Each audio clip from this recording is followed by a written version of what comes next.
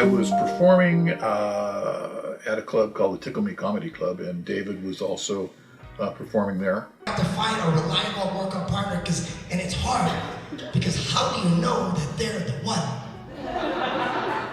I'm pretty sure that I met in person David Lee first. I've known David Lee since 2012. David Lee does not remember, but I met him in Hawaii. He was, I just thought he was very introverted. I didn't know much about him. David is a lot more timid. David's a lot more like... quiet. Now in hindsight, having seen the Kitty Pineapple stuff, it makes me wonder if he was too quiet.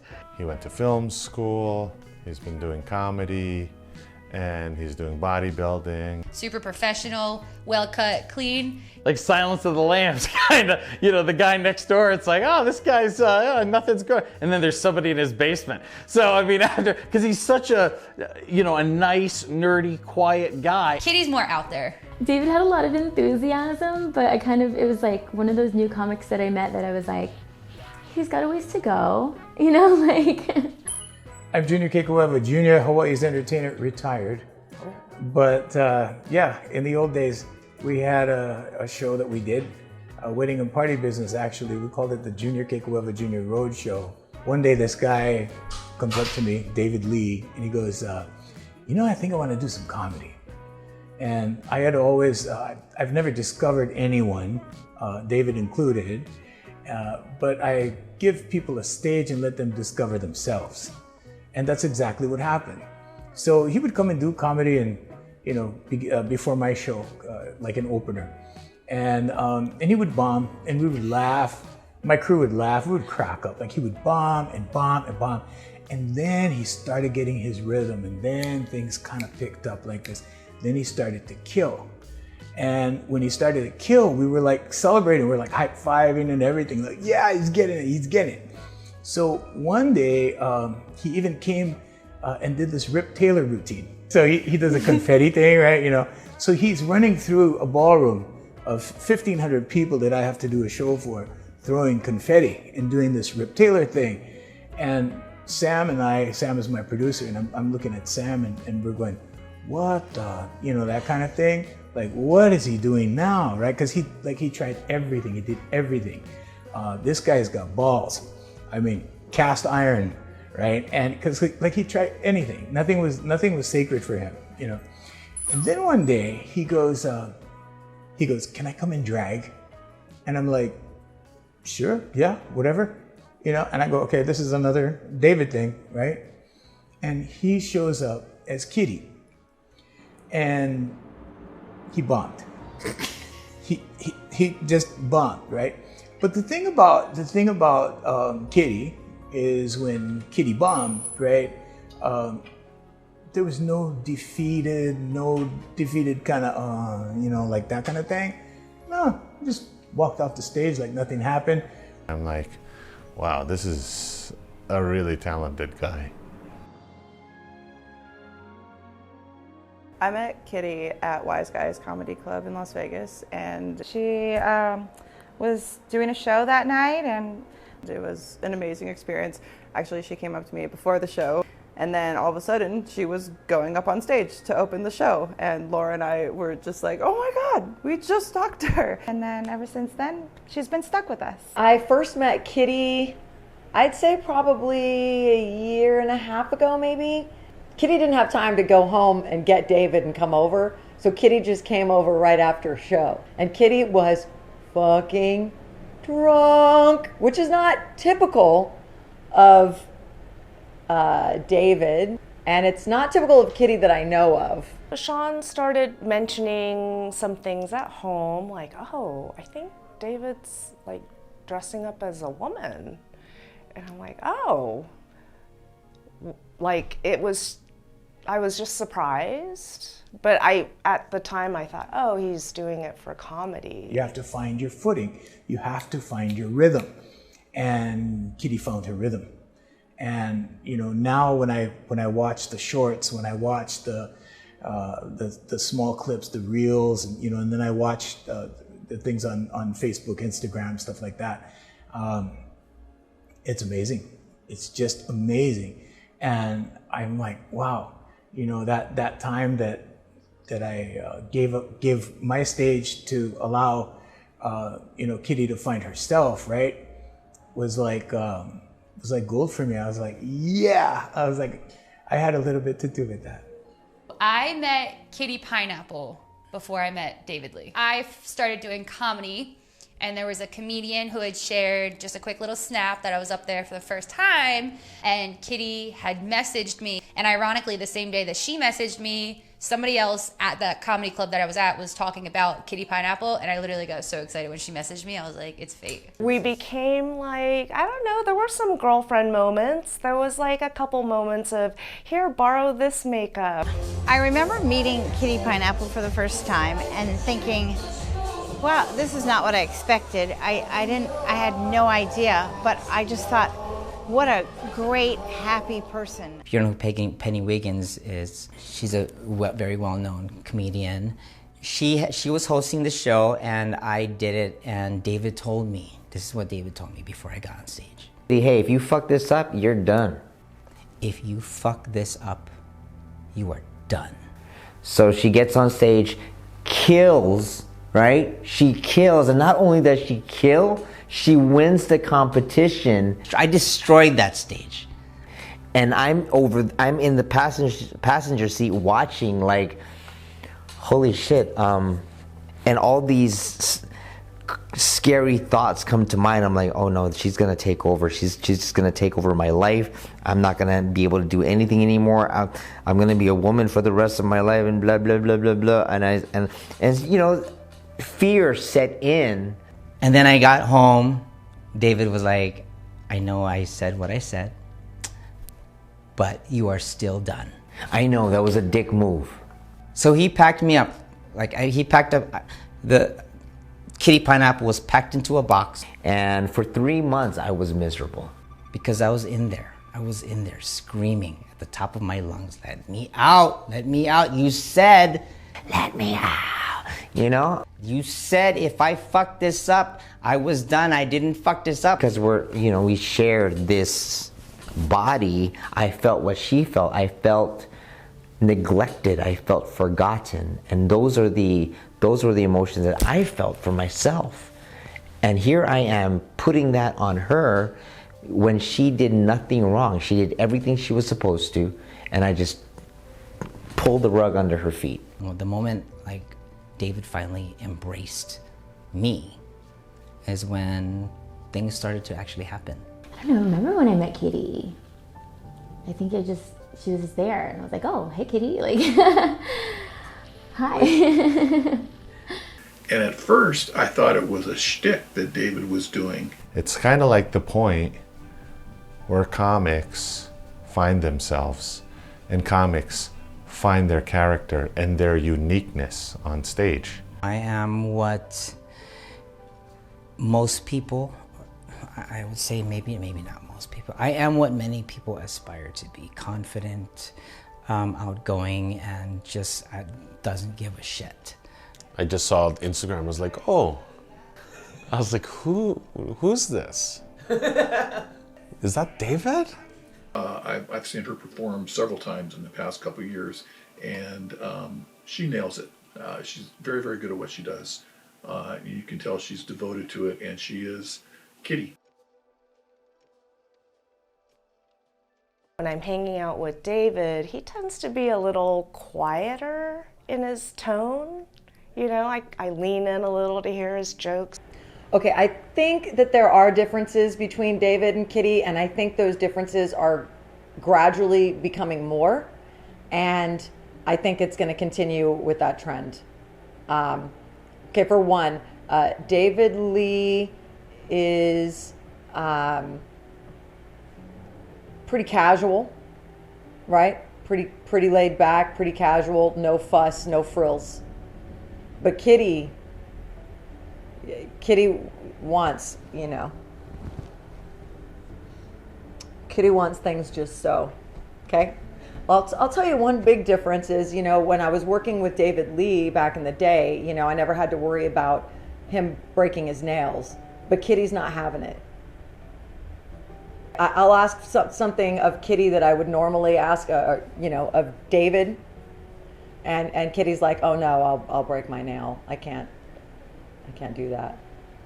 I've never had David Lee pull out chicken cutlets at the end of the night saying, I just can't have these anymore. They're just sweating and I gotta take my tits out. So Kitty took her tits out, not this way. And it just laid them on my couch one night. And I get it. You know what I mean? No one wants to wear a bra. Not all night. It's uncomfortable. Even Kitty knows it's not pleasant to wear a bra all night long. David Lee shows his muscles, but Kitty shows her ass. I think they're both very sweet. I'll tell you the similarities. They're both very sweet. They're both very supportive. One of the other differences is Kitty is usually at least 4 inches taller than David. And it's like, do I still play around with David? Or like, ooh, I'm sorry, Kitty. I don't know if I should say she or he. Yeah, because my position with the two is different. I don't really know Kitty, I just met her. So I don't know if I can joke around, but I can joke with David. Yeah. I noticed you and David have a relationship where you call each other fag. Yeah, but now I don't know if it's real or not. It was like growing up as kids, we call us like, what up, fag? And you're like, hey. You accept it. Like, yeah, I'm a fag. But it's like guy talk in the locker room. Hey, faggot. Oh, what's up? Right? Yeah. So now the word's changed. I do feel that they're the same people. They just have different motivators, I believe. David is himself when he's David. David's a lot more like reserved, I would describe him as. I think when Kitty comes, she's a lot more flamboyant and a lot more out there than David is. So if I was to evaluate it, same person with some differences. Kitty's more out there. Kitty's more fun. Kitty and David were both always genuine people to me. Recently, after hanging out with Kitty for so long, I was like, oh yeah, it's just David, David is more introverted and Kitty is more extroverted. Obviously, Kitty's more extroverted because Kitty's on stage, right? If Kitty is like David's cousin or David's like stepsister, because Kitty is like this funny comedian that's more flamboyant than David. Is just it's like a whole different person. Kitty is really a woman. Kitty is like this, and to the people, Kitty is this attractive woman that does comedy, that's in great shape. It's interesting because Kitty is just has that, persona, like kind of like, that larger than life persona. Whereas David is like the silent but deadly type of guy where it's just like he's planning and great things happen when he plans.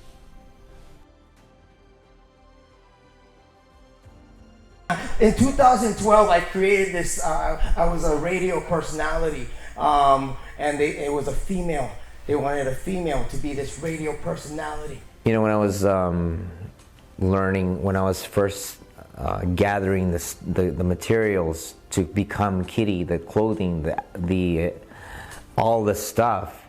When I first got all that, when I was first gathering that stuff, I just needed some leggings. A sports bra, and a wig. 2018 comes around, her fans remember her, they're like, hey, let's bring her back. I'm like, no. Why? She was funny. No, because I've never done this before. So I went to Ross. I went to Ross to buy some female clothes. And maybe some makeup. I didn't know how to do makeup at the time, and it was obvious. Okay, and I go into the dressing room, I put on the leggings. The leggings look nice. And then I put on the sports bra. And that's when I realized I really had to pee. I've never put on a sports bra before, but I especially have never taken off one. It is so hard to get out of a sports bra your first time. But when I was searching for the wig, I was at a mall because I saw the wig shop and I turned to look inside and I saw this wig. What is that? How do you, it's red and black. It's a red and black wig. And the voice says, "That's the one. That's the wig." I bought it and put it on. It was almost like the mask, you know, like when Jim Carrey puts on Loki's mask and it kind of just, you know.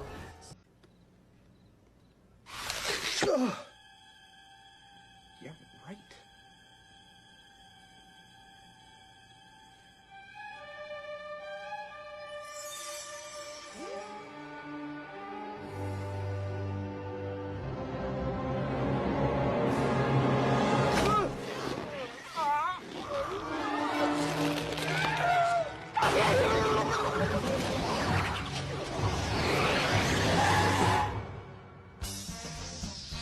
Spoken! It's party time! P-A-R-T. Why? Because A lot of the things that I do, like on TikTok and in my comedy, is out of jest, and it comes from a morsel of truth from my life, and I just exaggerate it so that people can enjoy it and laugh from it. But they don't understand that it comes from a place of confusion and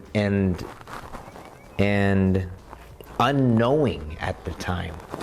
But now having gone through all the things and understanding and being able to accept and embrace Kitty, it's like when we're in the car, I will just give Kitty the keys and then she'll drive and I'm the one in the back seat. And I'm just chilling. And I chose to be in the back seat for the last 3 years because I didn't know how to explain it. I didn't know. I had nails. This. Look at this. This became a permanent thing. My hair got longer. So I have nails. I have hair. I'm looking more and more feminine. So I'm like, you know what, Kitty? This is your car now. You drive this. Here's a valuable lesson I've learned in comedy. Someone taught me this. When you're dealing with the heckler, you're the one with the mic. Don't ever give them the mic. Because when you give them the mic, you lose control. And that's what I did. I gave Kitty the mic, I gave her the keys to the car, and I let her take over. Now, granted, I was still there, still conscious. I could assume the driver position anytime I wanted, but why? Why? You know, in comedy, when in a comedy show, when you're the producer or booker or whatever, the host or whatever in charge, if a comedian's on stage and they're killing, you know, give them more time, let them run the light. They're having fun, let them. And that's what I did. I was like, you know, Kitty's having fun. She's doing awesome. Go ahead, Kitty. You think you can do better? By all means, take it. Go. Take it and run. Aloha. Hi. All right. I can see you all have questions. For the last 3 years, it's been Kitty focused. And I have been the one behind the scenes. I've been the one developing her content, shooting the stuff, editing the stuff, even putting on her makeup. Yeah, that's me. That's me. Okay, I'll own up to that. I'm the one that learned how to do makeup. I can't explain Kitty. I'm not at home, okay, practicing what to say, how I'm going to respond, you know, the act outs. I don't practice any of that. When an idea hits, it comes to me and I write it down. It's told to me in my brain what to say, how to say it. And then I say it and it works. Okay, so I think that David is a creative person, right? And David wanted to branch out and try some different things on stage, invented this character, and I could be wrong. I don't profess to know either of them that well, but my take on it, right or wrong, is that it's like Cassandra Peterson with Elvira or Paul Rubens with Pee Wee Herman. I think it's a character that he puts on and takes off. And I think because of the reaction that Kitty gets, it became very alluring for David to continue to do this character. And at some point, I think Kitty overtook David. All right, let's do this.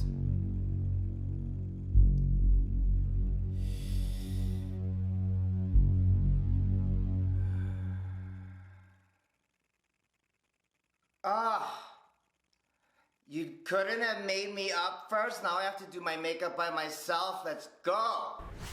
And I think that all the positive reinforcement that David was getting as Kitty made David want to be Kitty more often. And then at some point, David was like, fuck this. What the hell am I just walking around as David for when I don't get shit for it? So for many people, they knew David Lee before they knew Kitty. So I could see how people, and like Kitty blew up. Like Kitty became Kitty Pineapple. So I could see how people would be like, oh, like that's just like a character, like a facade that she puts on. But to me, no, that's a legitimate person, you know?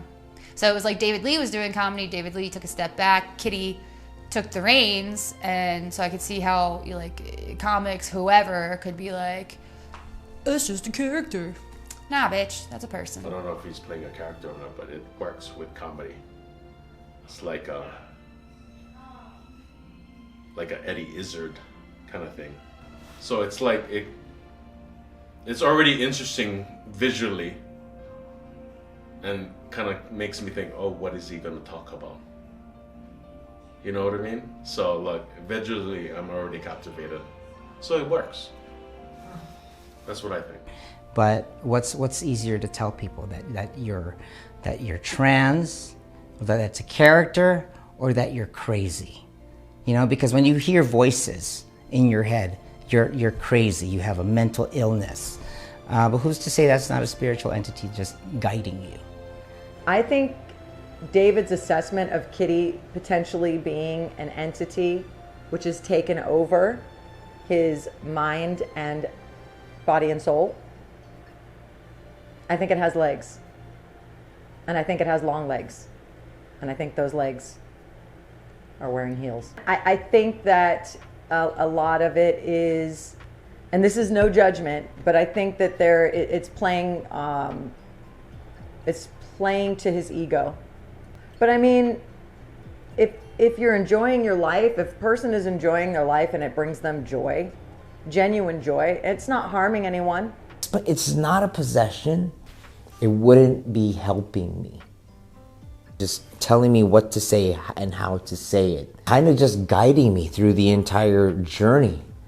What makes it feel like a real person is the real and authentic part. Like it's not, there's no disconnect as to like when somebody like puts on a character, puts on a facade, you just like sense it. Energy really is what it is, energy for the most part. So Kitty has Kitty's energy about her. Kitty has realness and authenticity, the irony in that, but Kitty has realness and authenticity where if somebody's putting on a character, putting on a facade, you know it's for show. In fact, there's a comedy club here in Las Vegas that once I put this look on, you know, they stopped working with me. They stopped inviting me to perform at their club.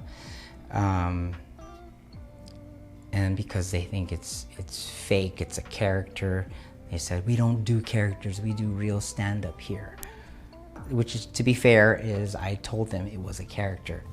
Because I didn't know what it was. I didn't know what was going on.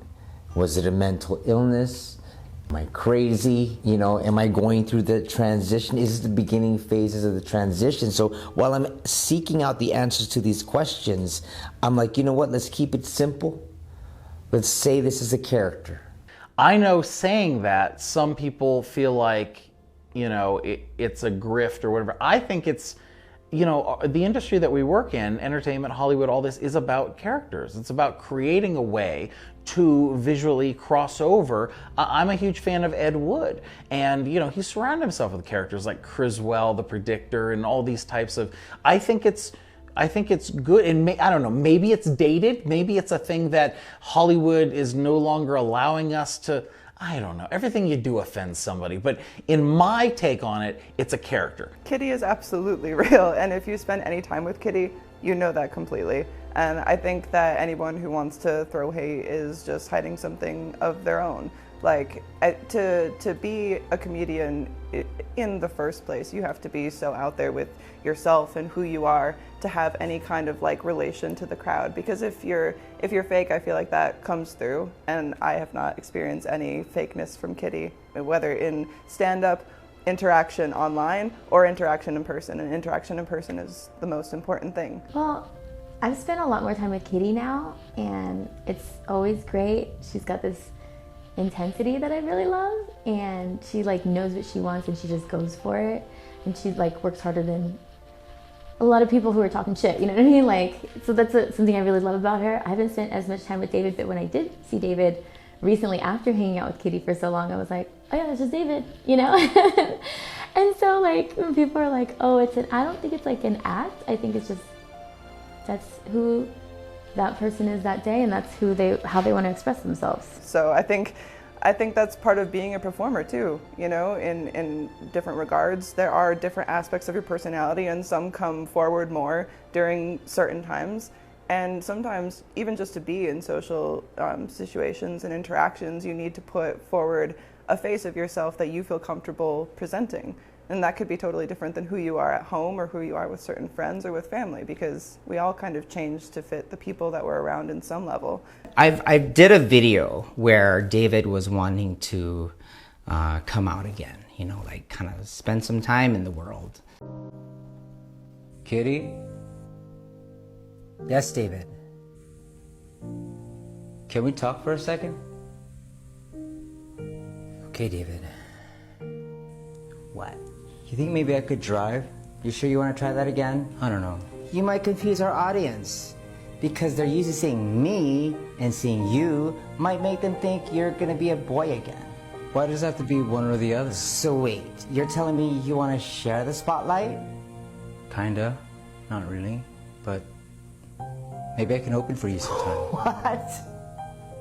Never mind. I don't know if I'm ready yet. Okay, well think about it and let me know.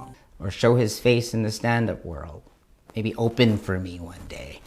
We'll see. And the people that responded, especially in the trans community, did respond. They were like, oh my gosh, I feel this so much. Sometimes I just want to be a pretty girl, but people won't take me seriously because I told them I'm a boy.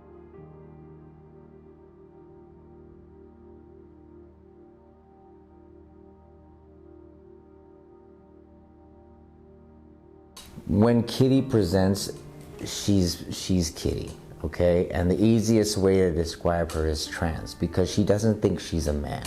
She thinks she's a woman. Though she's in my body, which is biologically male, I don't expect people to believe this, because it's crazy. I'm just telling you what it is for me. Like, I can't make this up. The truth is, you can love adults who do what they want to do and still not want a 3-year-old to be castrated and put on puberty blockers. It is possible to have some sanity. And that's, you know, I'm a Republican, and I belong with 2 Republican groups here in Las Vegas, and it's been discouraging to me to hear people on the right when they say the trans stuff is mental illness, and these people are crazy and blah, blah, blah. Well, how are you ever going to work across the aisle? How are you ever going to work with, because an adult can do what an adult wants to do. I mentioned Ed Wood. Ed Wood wore women's clothing. Well, so what, I'm supposed to hate this inspiring filmmaker? No, that's crazy. An adult can do what an adult wants to do. It's the same with fake boobs or anything else that we choose to want to do with our bodies. I just think it's a little sketchy when it gets into kids, because you're supposed to guide children to the point where, a 5-year-old says they're a dinosaur. You don't say, oh, okay, let's schedule surgery to add a tail and some teeth. No, you give them time, and then as an adult, if that's a decision they want to get into. My point is, it doesn't have to be, all this or all that. It can be in the middle, and I think, maybe that's where Kitty Pineapple falls, where it's, a fun, putting your feet into this water and have a good time and have some laughs. And don't overthink it. Don't ruin the fun by getting too political and all up your ass. It's like a vehicle, okay? This whole thing is a car. Okay, at one point, I was the only one in the car. I was the only driver. And then eventually, you hear this backseat driver telling you, you could have made that, you should have turned left, you missed the turn. And I'm like, who are you? And it's always kind of been that way, that still small voice in the back of your head just kind of guiding you. I don't know, is it evil? I don't think so. Not to me at least.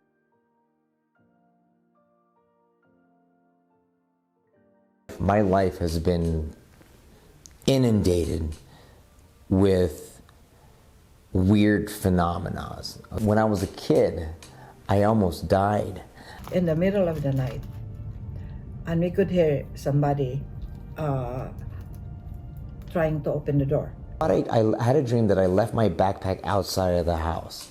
So I walked to the front door. It's dark, and I'm sleepy, half awake or whatever.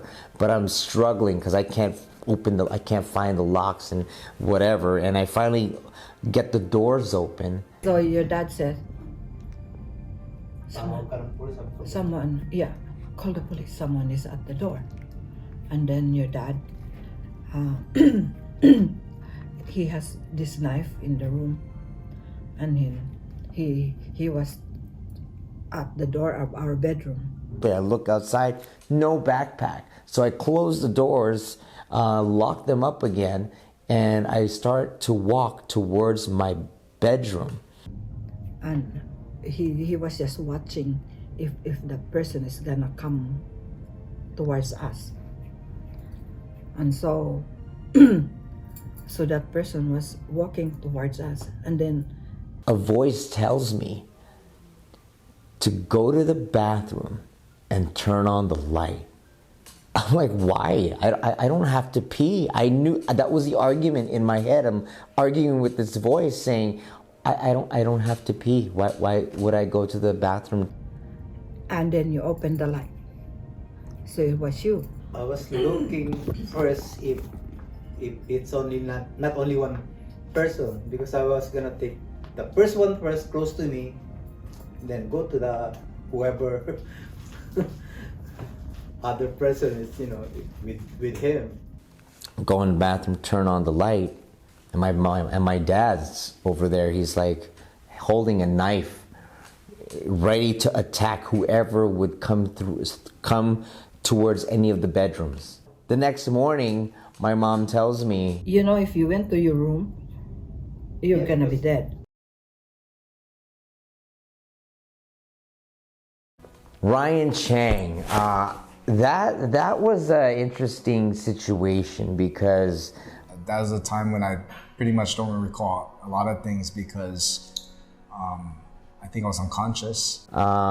It was by chance that I ended up there.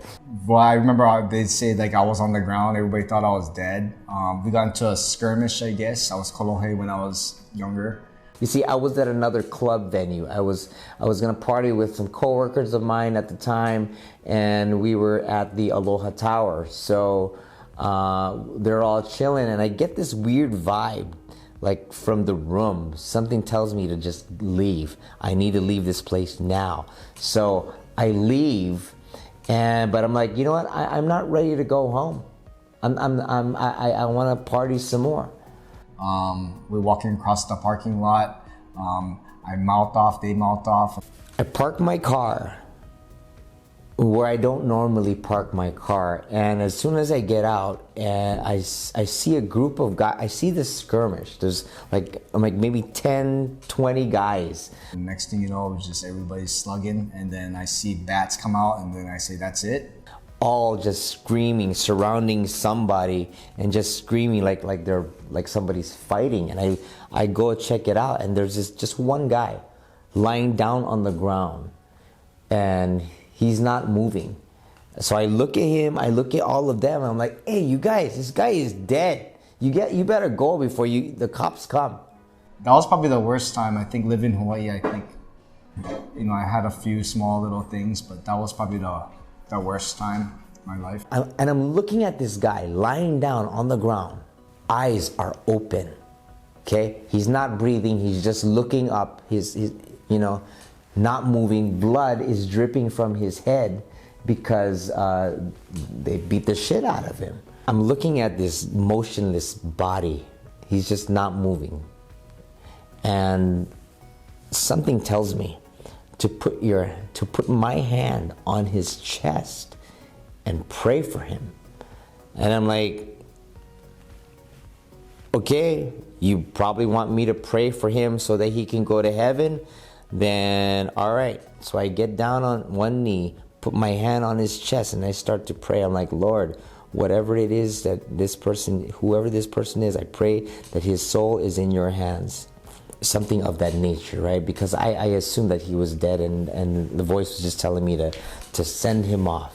She was praying, just because she thought that he was dead. So she was just praying and praying and praying, and then. And I call the police. I'm dialing the number. I'm like, and dispatch gets on the phone. I'm like, hey, I'm gonna need ambulance, police, and whatever, because I'm gonna need emergency vehicles. There's someone on the ground. He's been beaten severely and he's not moving. He does this, and I'm like, yeah, I checked again and he's good, but please still send your emergency vehicles because he's still bleeding, he's still injured, and somebody got to pick up this guy. And I'm looking at my hands, like, did that really happen? I remember him telling me like the ambulance just came and took him, and he just told me a little clip from what he heard and saw, but it was so blurry. Even remembering that, I remember like the ambulance guy talking to me, like it's all so fuzzy. Like he was talking to me as like saying, what's your social security or what's your address and stuff. Like, I'm like, what am I doing? I can't even stand up and stuff. So I remember them asking me questions and me saying the best I could. I think I had a fake ID at the time. So yeah, like I was like, I never knew what to do, and like I was like, am I just gonna give it all away? I'm like, whatever, just like, but it's really fun. It was a really long time ago. Maybe he was just unconscious, maybe he was just sleeping, and he finally just came to, like, he just woke up with a deep gasp for air, because that's what you do when you wake up, right? You just breathe because you're alive. Apparently he doesn't remember much. I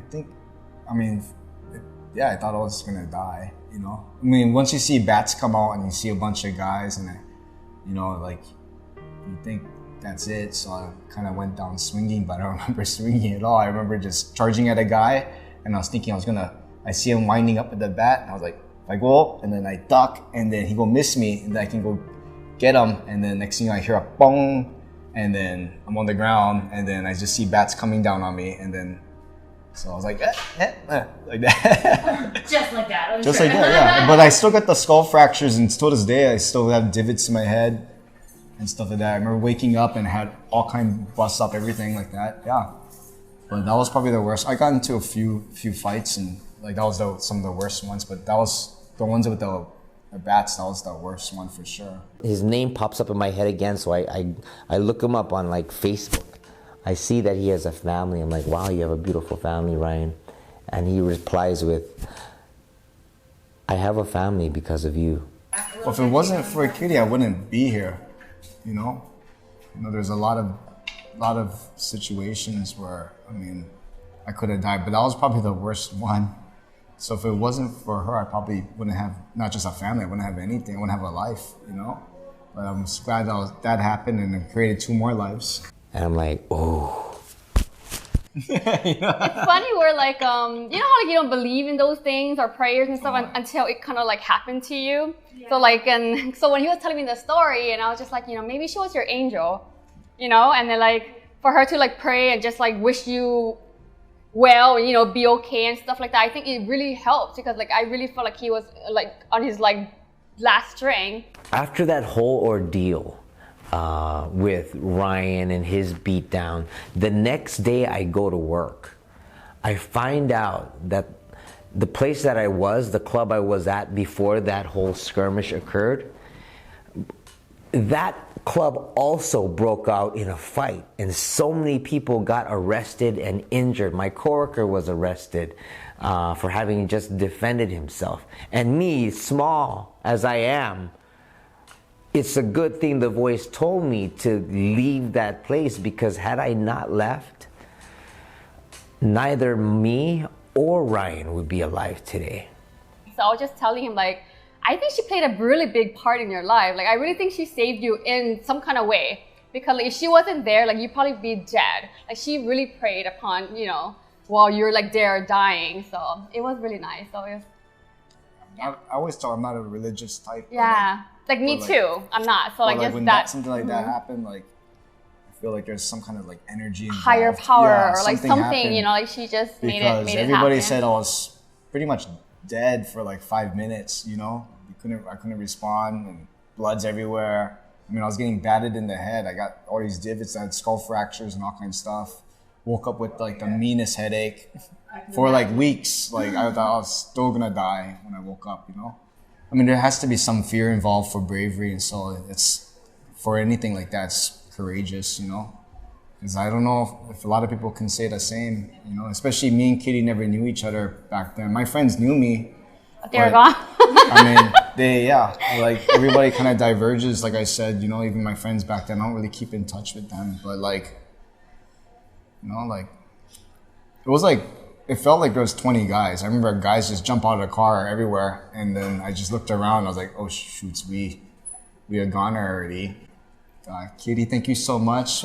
We love you, and thank you for doing everything that you did. You saved my life, and I don't forget that every single day. And I'm ready to enjoy some laughs. Thank you so much for inviting us. I want to thank you for watching this film. Kitty and I have been working on this for the last year, and it's been something that I've been on the fence about putting out there because it's just so crazy. It's crazy. Now, if you are someone like myself, like you become a woman or you become a man, and then yet you're still kind of stuck in between and you're just trying to find that balance. Whatever it is, whatever you decide, make sure it's your decision and don't let anyone else make that decision for you. Aloha.